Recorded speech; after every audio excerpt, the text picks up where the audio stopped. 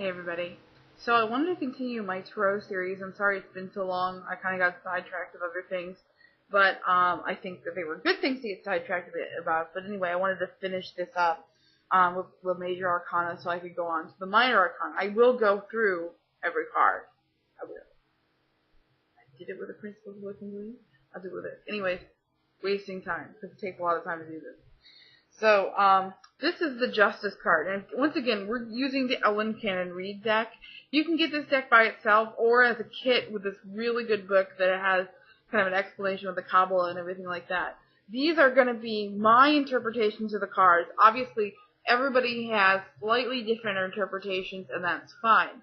Because part of Tarot is intuitive, and the other part is logical and analytical. Ask my friend Brock Johnson 100. The two of us are kind of like the dynamic duo of Tarot. One time we sat in a diner not too long ago and did two different interpretations of a reading that were both pretty accurate. So it's pretty cool. Anyway, so this is the Justice card. And one thing you might notice that's similar with the Justice card and the High Priestess card is that both of them are sitting between two pillars, if you see here. Then, of course, you've got the spheres of the Kabbalah on either side of the card. And she is holding a sword and scales. The number for the Justice card is 10. So let's talk about some of these aspects, okay? First of all, the number 10, which is 2 5s, is both of a 2 and a 5.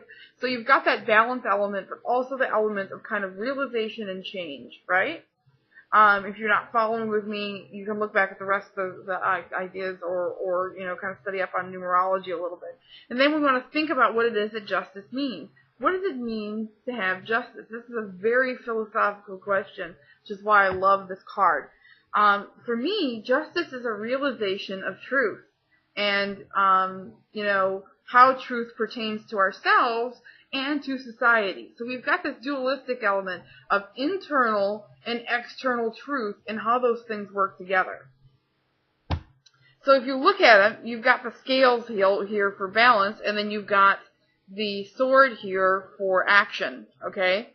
So we've got an element of internal and external, balance here, but also kind of a, she's not using the sword yet, but it looks like she's going to. So she's going to make a determination about that, internal and external struggle from what she knows, from that truth that she finds. So this card is very much about realization, at least for me. When you get the Justice card, it means you are, seeking truth, you've found truth, something to do with truth about the situation, about yourself, about the universe, about society, about a specific person. That's what that card means. So this is your next major arcana card. This is the Wheel of Fortune. And I think this is probably one of the most self-explanatory cards. So I'm going to start off by saying that 11 is a very magical number, a very universal number, represents a lot of the universal aspects. Then, of course, if you look at this card, you can see a couple different things. First of all, an eight-spoked wheel, which to me represents the wheel of the year, as well as kind of like the wheel of time. And then you can see all around the card different stages of life, so to speak. So to me, when you get this card in the spread, it can mean that, there are some things in life that are supposed to happen to everybody. And there are things in our life that we cannot control that are chaos, and there are things that we can control, and those are ordered. And that life itself is made up of both of those. That we need both chaos and order in order to survive, in order for this universe to progress. And so that is what I think the Wheel of Fortune means. That you're not necessarily going to get always what you expect, no matter what. Which is kind of funny because you're reading Tarot. So this is the Hanged Man. I'm sorry, I have him upside down. I find that the Cannon Reed perspective of this is very interesting. I don't know if you can see there at the bottom that there are Futhark runes down there at the bottom. And this very much, and I looked it up just to make sure, is supposed to be Odin, who is the Hanged Man on this card. You can also see sort of like that his elbows are perched out, and that the bottom, the bottom actually top half of his body forms a triangle. And that his legs are specifically posted in a way to say that he is stagnant, that he has, how do I put this? He has knowledge, he has wisdom, definitely, like, we see, like, the water triangle here for wisdom, but, 12 being a number of completion, there is a completed part of your life, but you still don't have the energy or the will to go forward. So you've completed something, so say you just got done with school, and you have a degree, but you haven't found a job yet. That type of thing. Where you haven't yet reached 13, that next level that you want to get to, but you've gotten to 12. So there's, yeah. And here we go with lucky number 13, of course, the card of death. Now, a lot of people think that the card of death means death, but it doesn't, not necessarily, not in a physical sense. The card of death actually is a card of change. That thing that you're looking for in the Hanged Man but can't get to, that you're stagnant from, is here and present. A part of your life has died, and another part is coming.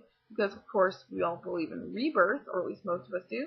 And so this card is the death of one part of your life, or one thing in your life, and then the, rebirth of another. It can mean death in a spread, like actual physical death, but that's very, very rare. Usually it's talking about change. I've seen a lot of different interpretations of this card, but for me it definitely is about change and not necessarily about physical death. So now we have the card of Temperance, and this is a very symbolic card. First of all, I want to just point out some of the symbols in this card. First of all, this card is a 14. 14, of course, being 2 sevens. Then, of course, we have some symbology here that you might recognize from previous cards. We have the eagle, which, of course, is, you'll see later on the 6 of Swords card. And then, of course, the lion from the Strength card.